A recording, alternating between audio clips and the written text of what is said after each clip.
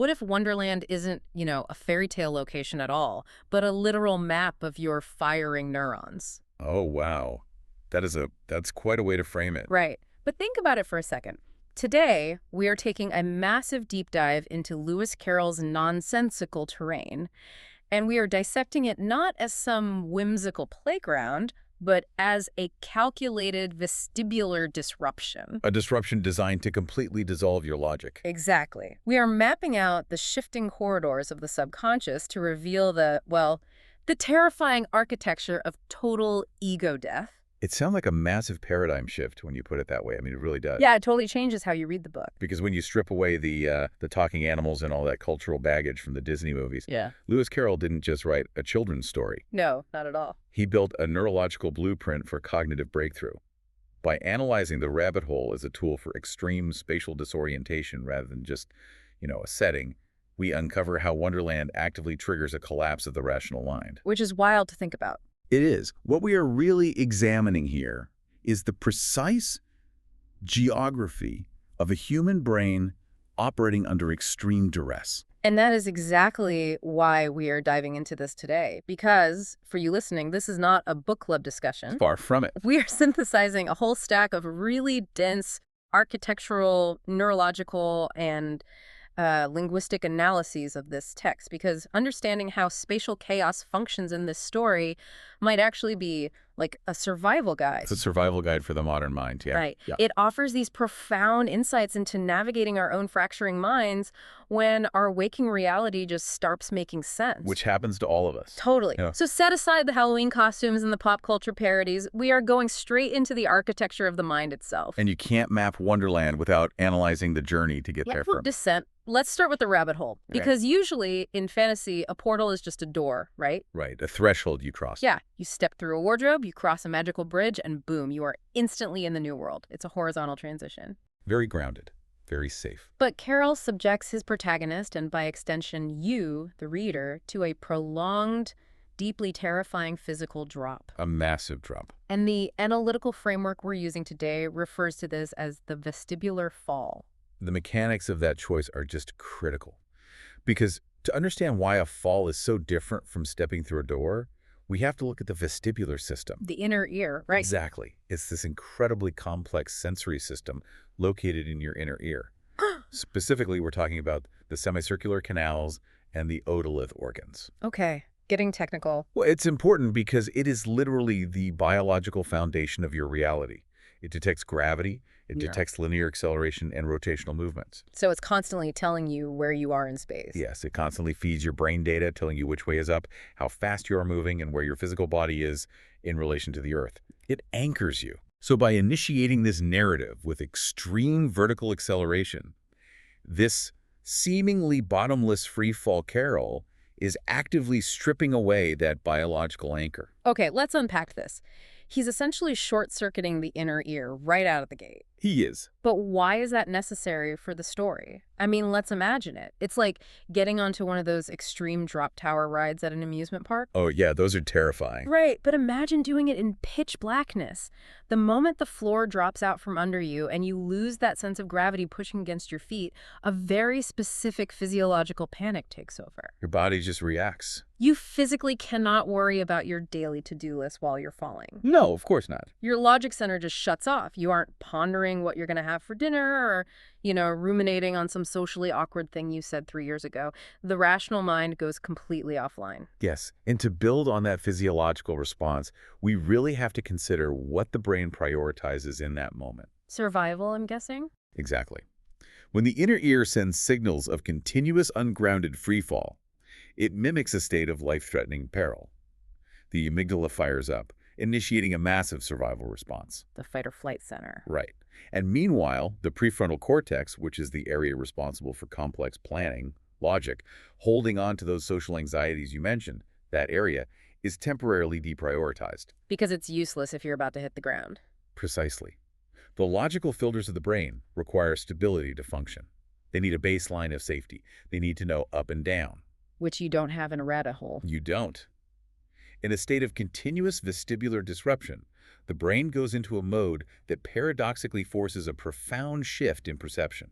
The subject's navigation transitions from external sensory observation to internal cognitive immersion. Okay, wait. Meaning, because the outside world is rushing by way too fast to process, and you can't feel the ground, you just stop trying to navigate the tunnel itself. You give up on the physical space, yeah. And you retreat inward. Your brain starts projecting its own reality because the external data is just too chaotic to process. It's the only coping mechanism you have left. Think about the physiological phenomenon experienced by fighter pilots or astronauts. Oh, spatial disorientation. Exactly. Without visual cues to confirm gravity, the brain literally begins to invent sensations.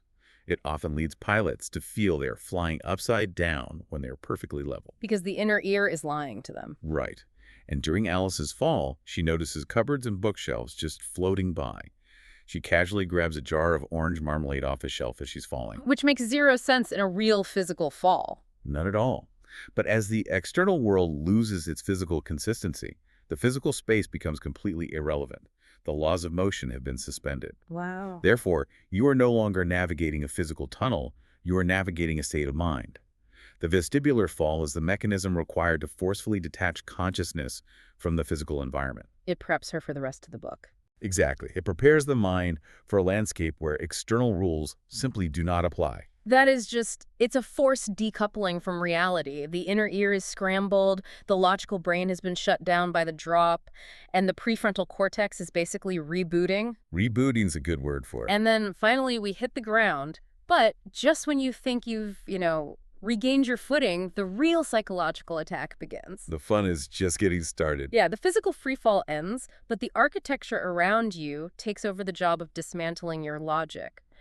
We enter the corridor of doors. The hallway. Yeah, she's at the bottom of the rabbit hole in this long hall doors all the way around, and every single one is locked. It's transition here from physical disorientation to architectural disorientation. Which sounds just as bad. It might be worse. This corridor is really a masterclass in psychological manipulation through environmental design. Yeah. And to understand it, we have to look at the author himself, Charles Dodgson. Lewis Carroll's real name. Right. He was actually a conservative mathematics tutor at Christ Church, Oxford. Which I think a lot of people forget. They do. And he wrote this during a time when the mathematical world was undergoing a radical, highly controversial shift. This is a fascinating context because we really do tend to think of him just as this whimsical storyteller writing a little tale for his friend's kid. But he was steeped in high-level academia, deeply steeped in it. So what was the shift happening in math at the time? Well, for over 2 millennia, the entire world relied on Euclidean geometry. Euclid's rules were considered the absolute, unquestionable truths of the universe. Like basic shapes and lines. Right. A normal room, what we call Euclidean space, has predictable corners, understandable distances, and rules of physics that apply uniformly. Parallel lines never meet. The angles of a triangle always add up to 180 degrees. Exactly. Basic stuff.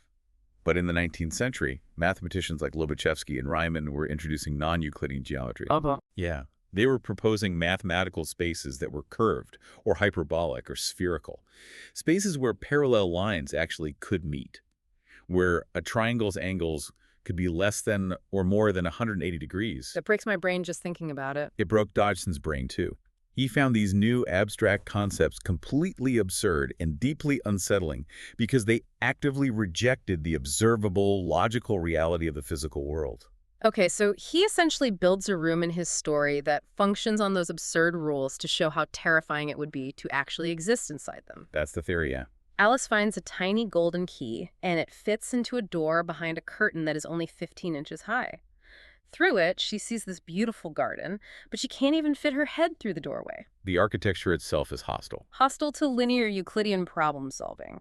It triggers this intense neuroplastic response because the human brain is desperately trying to map a physical space that violently refuses to be mapped. It forces a confrontation with spatial impossibility. When you are in a regular Euclidean room, you can calculate your escape. You could look at a door and instinctively know if your body will fit through it. Without even trying. Right. It's an unconscious geometric calculation we make 1,000 times a day. Mm-hmm.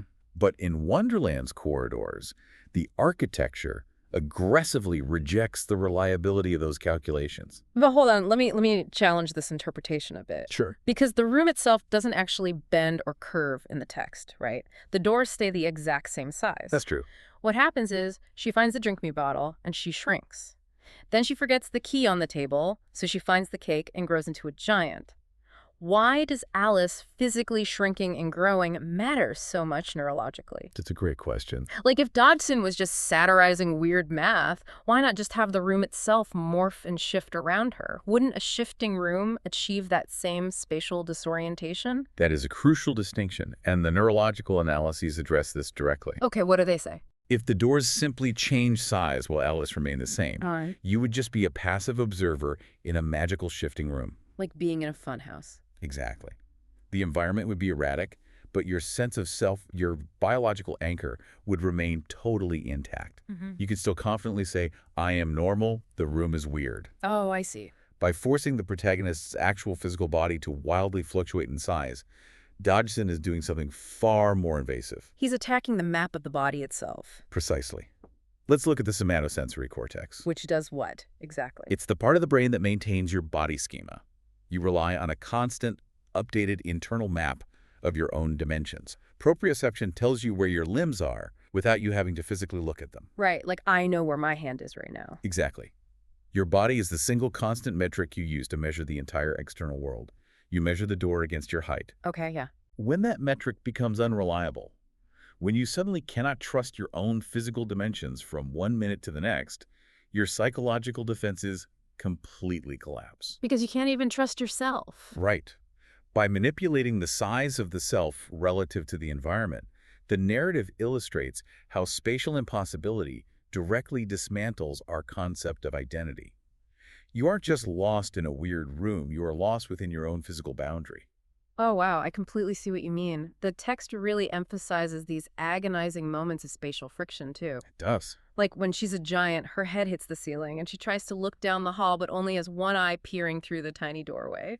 Or trying to imagine shoving that massive body through a rat-sized hole. It's incredibly claustrophobic. It really is. Those are the exact trigger points where the brain realizes linear logic is a dead end. You can't calculate your way out of a room when your own height is a variable that changes based on what you eat or drink. Exactly. The geometry of the room isn't the only thing that's non-Euclidean. The geometry of the person is non-Euclidean, too. Which forces the reader and the protagonist to completely abandon their reliance on cause and effect reasoning. You literally cannot plan 3 steps ahead if the size of your foot might change on step 2. That's just a brutal reality to navigate. It is. And this forced abandonment of linear planning is the ultimate logic hack. You are stripped of your physical consistency, which strips you of your ability to plan, which wipes the mental slate clean. It's breaking her down for the next step. It prepares the mind for the next phase of the journey. Because once the mind is forced to abandon linear problem solving in that claustrophobic, rigid corridor, it has absolutely no choice but to adapt. Right. It gets pushed out into an environment where entirely new, fluid rules apply.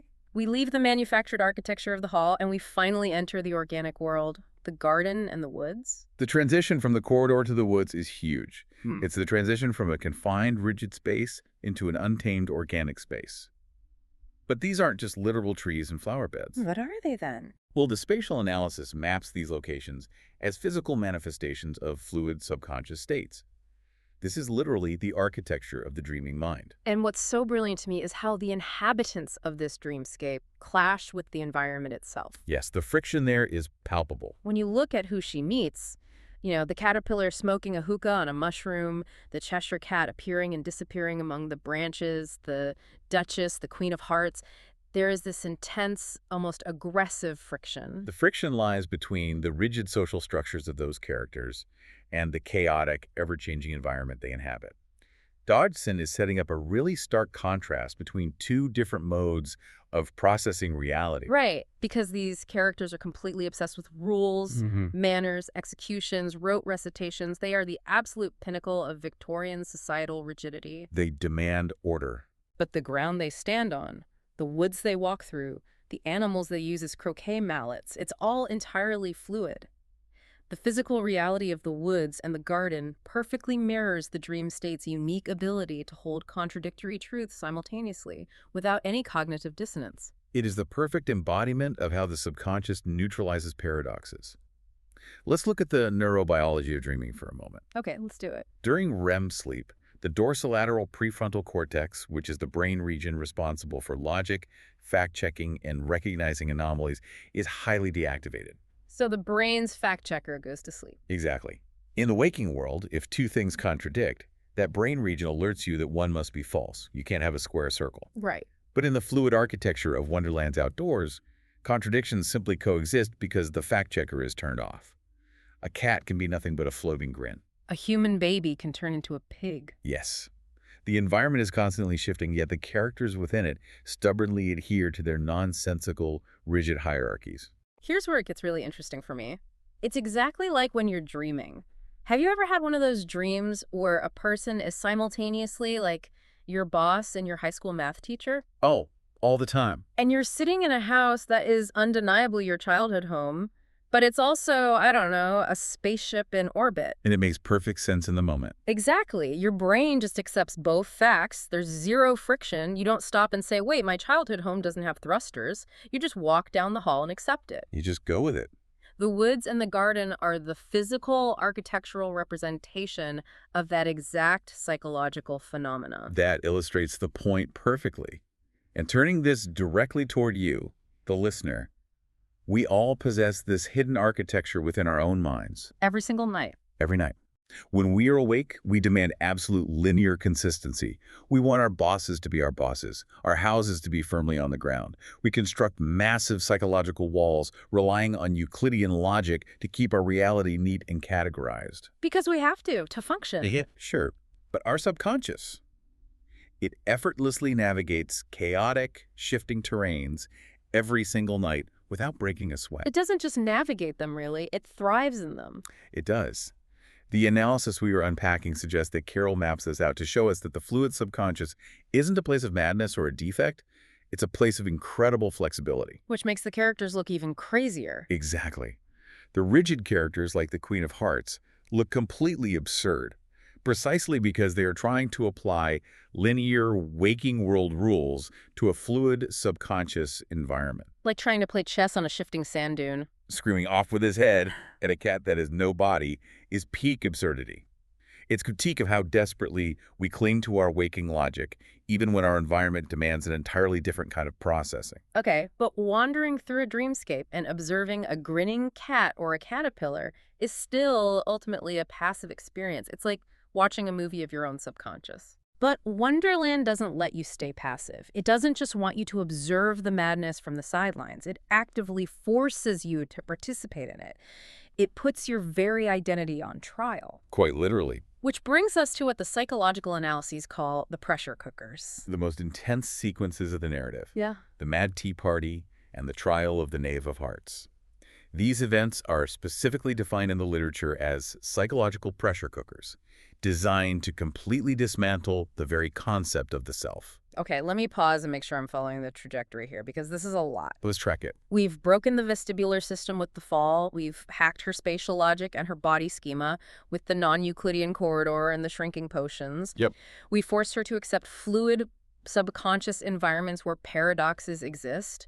What is possibly left to dismantle? Like, what else is there? The final pillar of human identity. Language. Yes. At the Tea Party and the trial, we see a complete and aggressive linguistic breakdown.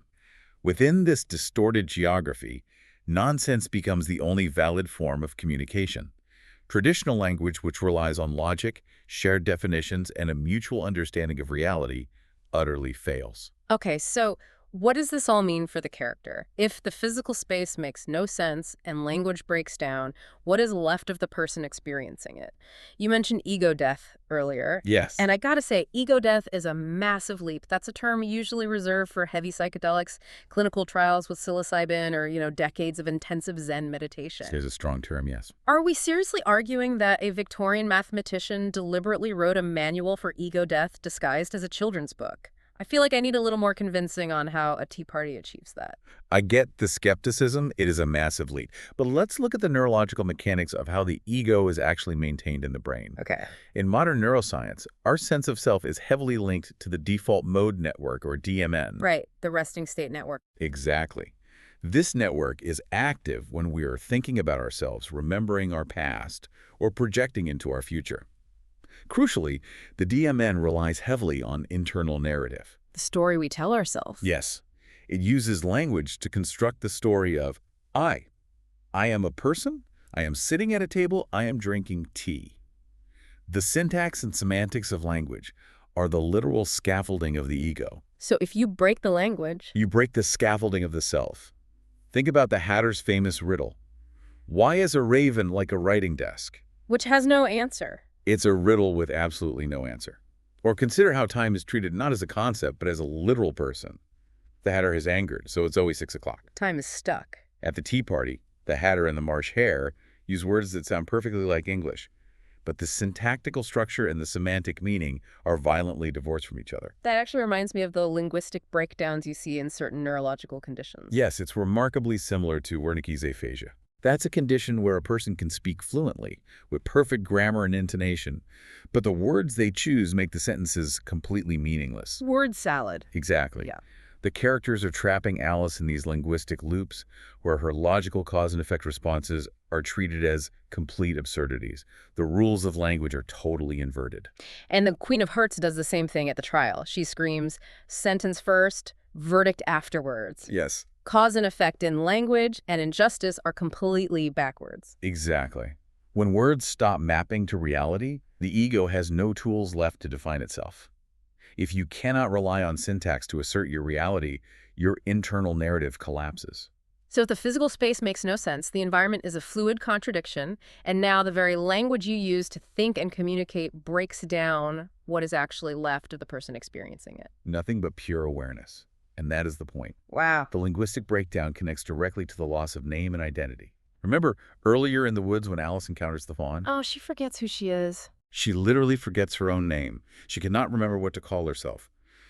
This is the culmination of the process initiated during that very first vestibular fall. The systematic dismantling of the I. Yes.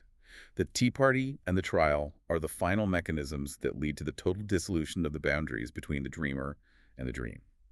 The ego is entirely stripped bare.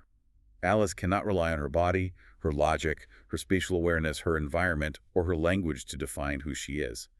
The default mode network has effectively been taken completely offline. And we really need to pause and be clear about this because that process sounds utterly terrifying.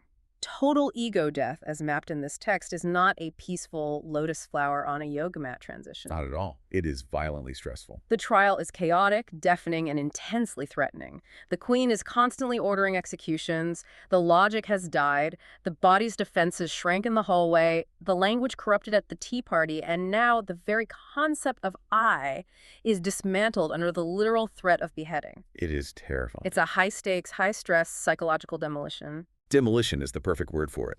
The pressure cooker of the trial forces the final crack in the ego's armor. Think about the climax of the book. When she finally snaps. Right. The queen yells for Alice's head, and Alice finally pushes back, realizing and stating out loud that they are nothing but a pack of cards. She sees through the matrix. That is the moment of ultimate realization. The illusion of the rigid reality shatters entirely because the ego has been dismantled enough to finally see the construct for what it really is. It's a paper-thin facade of logic sitting in a world of fluid chaos. It's so intense. So if Wonderland is a map of a fracturing mind, undergoing total ego death, navigating hostile architecture, bodily distortion, and linguistic collapse, the big question I have is, why map this? The purpose of it all. Yeah. How do we ever recover from this descent? Because if it's just a story about a mind breaking, it's just a tragedy. It's just madness. But it's not a tragedy, and it's not permanent madness. It's a necessary process. How so? As the final synthesis of our sources explains, this terrifying journey through nonsensical space actually provides a blueprint. It is a template for profound creative and scientific leaps. I see. If we connect this to the bigger picture of cognitive science, the breakdown of logic isn't just destruction for the sake of destruction. It's like tearing down a structurally unsound building so you can pour a stronger foundation. The ego death and the spatial chaos aren't the end of the story. They are the required demolition before the cognitive breakthrough. Yes, beautifully said. In our waking lives, our egos build incredibly robust structures. Habits of thought, cognitive biases, assumptions about how the physical and social worlds work. Which keep us safe, but stuck. Right. Over time, those structures become incredibly rigid. They limit our ability to solve unprecedented problems, to think creatively, or to adapt to massive paradigm shifts. We get stuck in Euclidean corridors of our own making, basically, trying to force old solutions onto completely new realities. We keep trying to fit our giant heads through tiny doors instead of realizing the rules of the room can just be broken.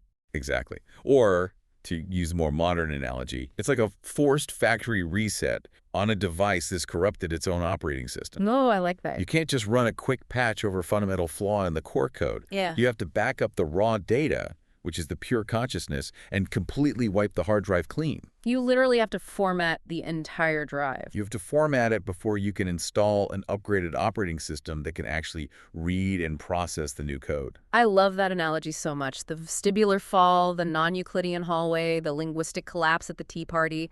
They aren't breaking the machine. They are formatting the hard drive. They are clearing out the corrupted, rigid logic. And that clearing out is the absolute core of neuroplasticity. To learn a fundamentally new paradigm, you must unlearn the old one first. Which is painful. It is. But the ultimate goal of mapping this geography is learning to master what we might call the logic of the illogical. When we actively bypass our logical filters, when we allow ourselves to experience that vestibular fall and embrace a fluid environment where contradictory truths are held simultaneously without panicking, we access an entirely different kind of processing power. We access the dream logic while we are awake. We gain the ability to hold paradoxes. We do. And think about the most monumental scientific breakthroughs of the last century. Like what? Think of quantum mechanics, the idea that a particle can be in two places at once, or that light is both a wave and a particle simultaneously. Which makes no logical sense. Not to the waking Euclidean mind. Or look back at the very non-Euclidean geometry Dodgson was satirizing in the first place, which eventually became the mathematical foundation for Einstein's theory of general relativity. Oh, wow. It came full circle. Grasping those concepts requires the exact same cognitive leap that Wonderland demands. You literally cannot understand quantum superposition using Euclidean Victorian logic. You have to abandon waking logic. You have to accept that a cat can be both alive and dead in a box. Schrödinger's cat. Or just a floating grin in a tree. Precisely. By understanding how the mind functions when those rigid filters are gone, we can use this blueprint to reconstruct a stronger, more adaptable sense of self in the waking world. We don't stay in the rabbit hole. We come back out. We use the ego death to install a better operating system. We take the lessons of the chaos and we apply them to reality. We learn that when we feel profoundly disoriented, when our logic completely fails us, when the rules of our society or our workplace or our personal lives suddenly invert, we aren't necessarily breaking down. Not at all. We might just be in the required formatting stage of breaking through. The descent into nonsense is an advanced technology for cognitive renewal. That is, this has been an absolutely mind-bending deep dive. It's a lot to process. Let me just try to summarize the journey we just went on. We started with a physical vestibular disruption, this terrifying free fall that deliberately shut down the logical brain and shifted our navigation completely inward. Bypassing the filters? Right. Then we moved through non-Euclidean corridors that hacked our spatial logic and distorted our entire body mapping. We navigated the fluid architecture of the unconscious garden, learning to hold contradictory truths without cognitive dissonance. The dream logic. We survived the high-stakes linguistic pressure cookers of the tea party and the trial, experiencing the raw mechanics of total ego death. And finally, we emerged from the wreckage not broken, but holding a blueprint for massive cognitive leaps, realizing that the chaotic demolition of our logic was the actual prerequisite for true neuroplasticity. It is a remarkable, challenging journey, from physical disorientation to profound psychological reconstruction. It really is. So, to you listening, the next time you feel completely overwhelmed, when your environment feels hostile, when the rules of your reality no longer seem to make any sense and you feel mentally fractured, just remember this map. You aren't losing your mind. Exactly. You might just be navigating your own internal wonderland. And that spatial and logical chaos you are experiencing might just be the factory reset your brain needs before a major cognitive breakthrough. Which leaves us with a critical question to consider as we wrap up. What's that? If the descent into nonsense is the very mechanism that allows us to reconstruct a more creative, adaptable sense of self, what does it say about our modern society that we spend almost all of our waking lives desperately trying to avoid disorientation? We really do run from it. We medicate it, we schedule it out of existence, we cling to rigid, linear logic at all costs. We demand the Euclidean room. We do. So what massive, life-changing cognitive breakthroughs are you currently blocking by simply refusing to let yourself fall down the rabbit hole?